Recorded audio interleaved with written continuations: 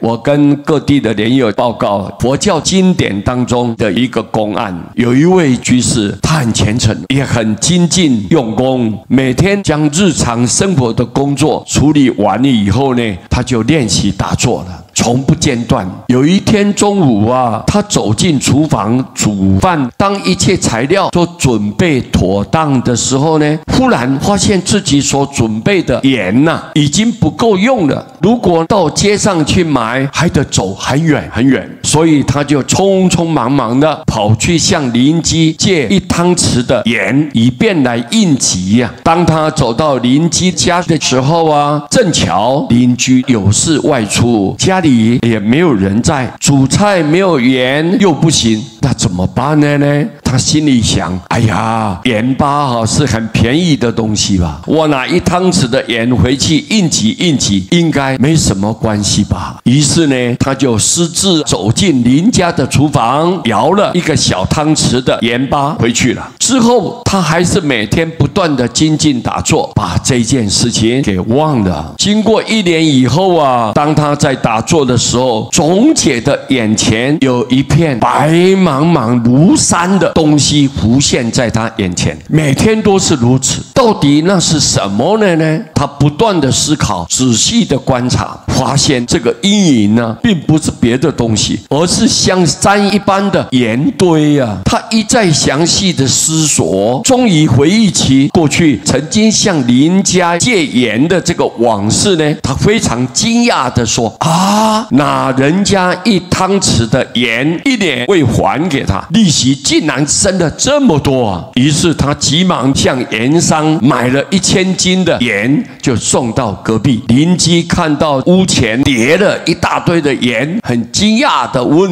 这到底是怎么回事的呢？这位居士就说：很抱歉，这些都是我要还给你的旧账啊。邻居在了解一切原委之后，不解的就问道：英国真的有那么可怕吗？这么一点东西也算是偷吗？结果居士就说：只要是没有经过人家允许的，你拿了就叫做偷，我不能换这个偷盗罪。过去我拿了1两，今天我应该要还你1000斤。这一位居士很坦诚、很实在的回答这么一段话。各位啊，这个公案，有的人听了会觉得很不以为然呢。可是对学佛的人来说，一定要相信因果。一颗种子虽然很不起眼，但是种子一旦入土啊，将来就会长大，会结实累累啊。在日常生活当中，小小的过错，大家难免都会去犯，然而小错不断的将会累积成大错。何况小错的因犹如一颗种子一样，种下之后，将来结果就会很大。所以我们绝对不要认为只是小小的过错没有关系，而要时时刻刻分分秒秒的来警惕自己，千万要小心，要多用心啊。1个汤匙的盐好还